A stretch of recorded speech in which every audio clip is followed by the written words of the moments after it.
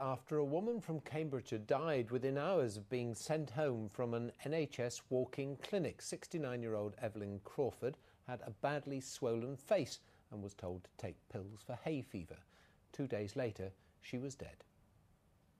This photograph of Evelyn Crawford was taken last Thursday, just minutes after Evelyn had been sent home by staff at Peterborough's NHS walk-in clinic. Despite having swollen lips and difficulty opening her eyes, Evelyn was told to take antihistamines, as staff thought her swollen face was caused by an allergy. Even your eye would look at her and say, there's something wrong. It's not, hay fever or something. You need to go and get some proper medical treatment. On Friday morning, Evelyn's daughter found her slumped on the floor in agony. She was then rushed to Peterborough District Hospital, where she was diagnosed with a rare flesh-eating bug known as necrotizing fasciitis. She later died in intensive care. Friends and family say she was a fit and healthy woman who was a keen gardener and regularly cycled into Peterborough. She was a lovely lady, really nice. She kept herself to herself. I used to be outside if I was washing the car and she would come up to me and we'd have a little chat about her children, her grandchildren. She was lovely. Necrotizing fasciitis can be easily treated with antibiotics, and Evelyn's family want to know how and why this condition was left undiagnosed. Maybe something needs to be done about these walk-in centres. What's the point of having somewhere that you can go to get treatment if they're going to not treat you? It seems pointless, doesn't it? NHS Peterborough says it didn't want to be interviewed by Lookheath today, but it did offer us a statement in which it offers its sincere condolences to Mrs Crawford's family, and it also reassures their family that a thorough review into what took place here will now happen, and the case of Mrs Crawford has now been referred to the coroner.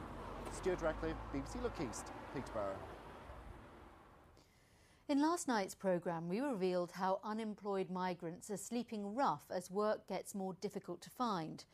Figures obtained by Lookheath show that over the last 5 years, 138,000 more people have come to work in this region, increasing the immigrant population by more than 60%, although the numbers have fallen slightly in recent months.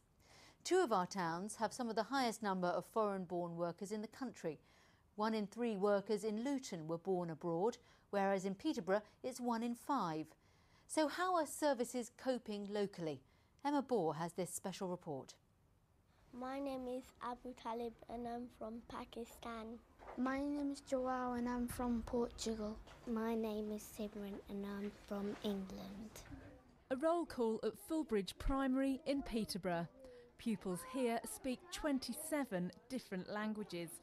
The school is having to turn away a family a day because of the numbers moving here. The rate of children from other countries coming into this area has been so rapid that it's hard to keep pace with that change. So have we got enough school places? Maybe just at the moment, but it's very difficult to measure how many children are in school and how many are without a school place and maybe at home. MPs have been campaigning to try and make sure the region gets the money it needs for education, healthcare and policing. If you're looking at the balance between what the Treasury have taken in terms of national insurance, income tax, corporation tax, I think essentially Cambridgeshire has had to bear a burden and has got a pretty rough deal. It is extremely difficult to try and pin down the figures, but in Peterborough 6 years ago there were 165,000 people living here.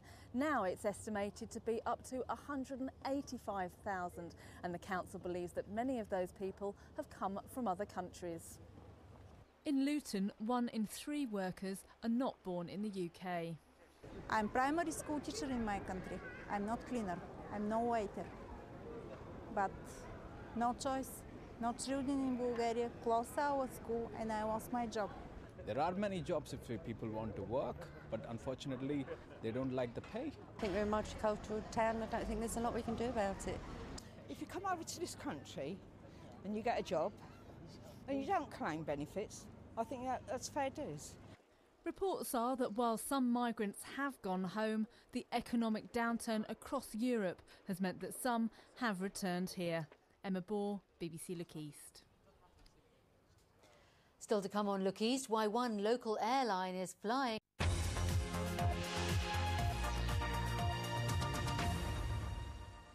A man accused of a double murder has told Norwich Crown Court he feels guilty and mortified, but he can't remember the night in question. John Moody took the witness stand for the first time today. He denies the murder of his ex-girlfriend and her new boyfriend, claiming diminished responsibility. Jenny Kirk is in our newsroom now. Jenny.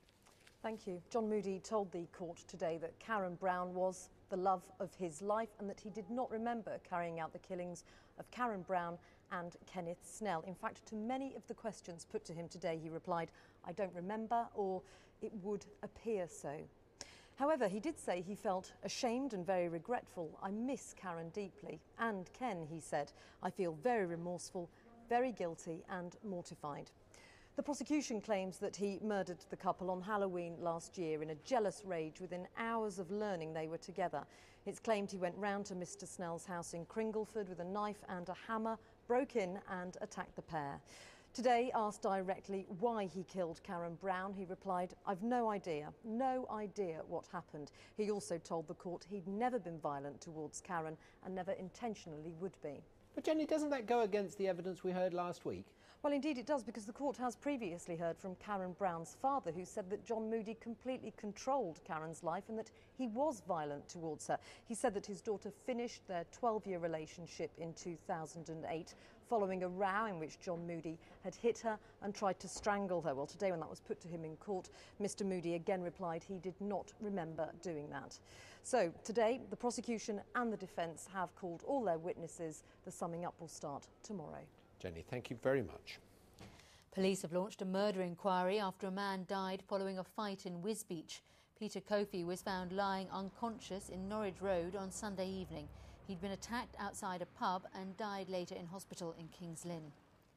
The family of an 11-year-old boy who was crushed to death in Norfolk is suing the National Trust. Daniel Mullinger, who was from Stanway in Essex, died when a tree branch fell on him at Fulbridge Hall in June 2007. He'd been taking part in an orienteering exercise. A coroner recorded a verdict of accidental death. 2 men have threatened shop staff with knives during a robbery in Suffolk. They walked into the Co-op in Lavenham at about 9:30 last night. They took cash and drove off in a red Vauxhall Astra. Many surveyors